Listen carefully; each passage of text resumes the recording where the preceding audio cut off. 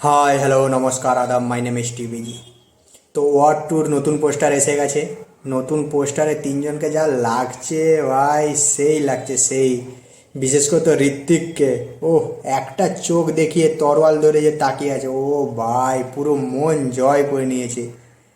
এখানে এনটিআরকে টেলারের মতন রেখেছে পোস্টারে।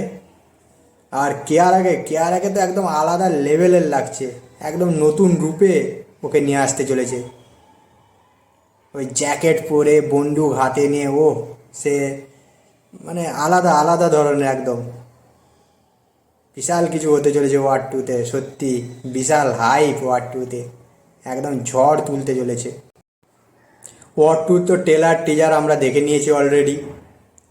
টিজার নিয়ে আসা হয়েছিল এনটিআরের জন্মদিনে তাকে সম্মান জানানোর জন্য।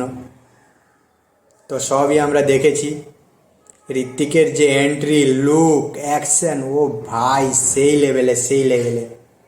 আমার পার্সোনাল মতামত জানাচ্ছি, ওয়ারের থেকে ওয়ার টুতে ঋত্বিকের লুক, চুলের স্টাইল, অ্যাকশন আলাদা আলাদা আলাদা, অসাধারণ। ওয়ারের থেকে আমার মনে হয় ওয়ার টুতে বেটার বেটার লাগছে ঋত্বিককে। আর এনটিআরের ভয়েস, কেয়ারার ছোট্ট ঝলক পুরো ফাটিয়ে দিয়েছে। ঝড় উঠতে চলেছে। ইয়াস রাজ ফিল্ম, ওরা প্রমোশন বেশি করায় না, কির জন্য করায় না জানি না। এরা সবসময় বড় বড় তারকাকে নেয়, দিয়ে ওদের হাইপে সিনেমা চালানোর চেষ্টা করে সবসময়।